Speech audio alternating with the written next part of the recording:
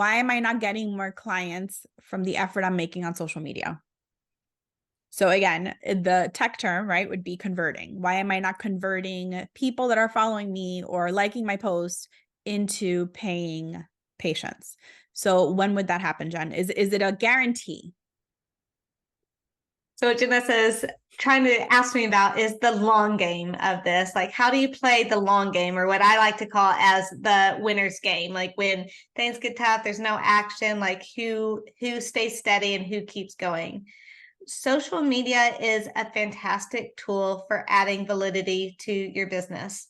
It is very difficult to grow a following from ground zero. It takes time. It takes time, just like building a website takes time to rank on Google, and it takes work. It takes pushing people to your social media, either organically or through paid advertising, spreading word, referrals, and consistency and time.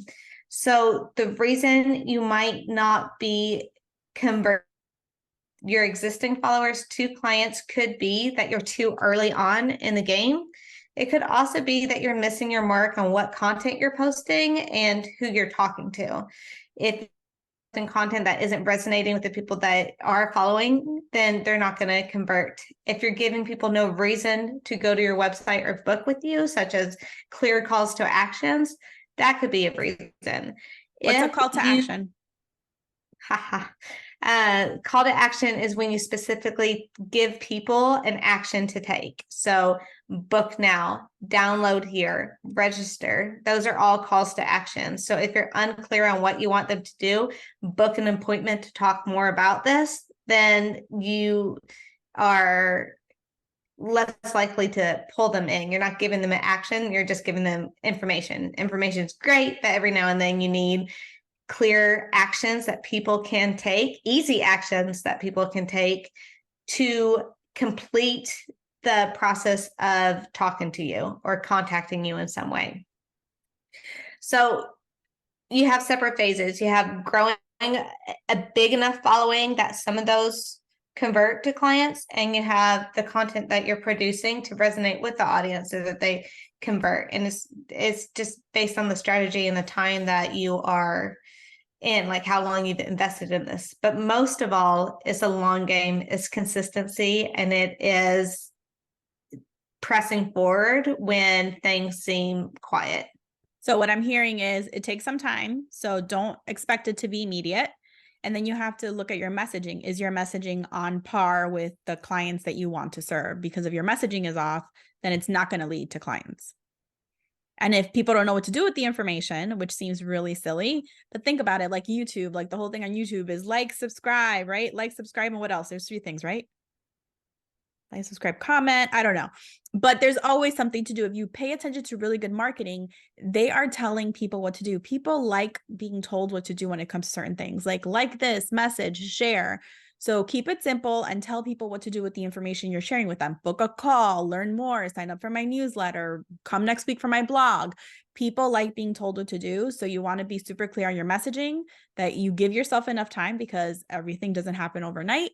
And you want to be really clear on what you want, what action you want them to take.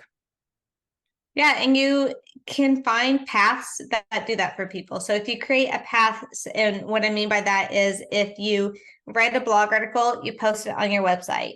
Then you post the link to that to your social media. When people go from your social media to read the blog article, you have a contact me within the blog article. And that is something, a path that people go out and back in that you can post every single week. Likewise, with a YouTube video, you could post the video with a caption to a link that says download here, some sort of freebie, and then they go onto your email list. And then after they do that, they get messaging from you and more content. So you're trying to create paths that link your website and your social media to make it easy on you. All of those ways enter a long-term relationship with their audience in order to hopefully help them convert. Mm-hmm. Yeah. So essentially, unless somebody is like in crisis mode for therapy, they're usually not going to go right away, right? They, especially on social media, they're kind of like researching people, or they're seeing how they are, their style, or Janessa talks with her hands, or she's very animated, or whatever it is, but people get to know how you are without actually working with you yet. So that's another benefit of social media. Is I have a lot of patients that come to me and they're like, oh, I've been to people and all they do is they just sit there and listen to me and they don't give me advice. I'm like, well, not here. You're gonna get lots of feedback, you're gonna get lots of homework, but people can sense that in your personality, and you can't completely read a personality only from a website, right? You still need that extra little kind of like fluff and flair, and that comes through on social media.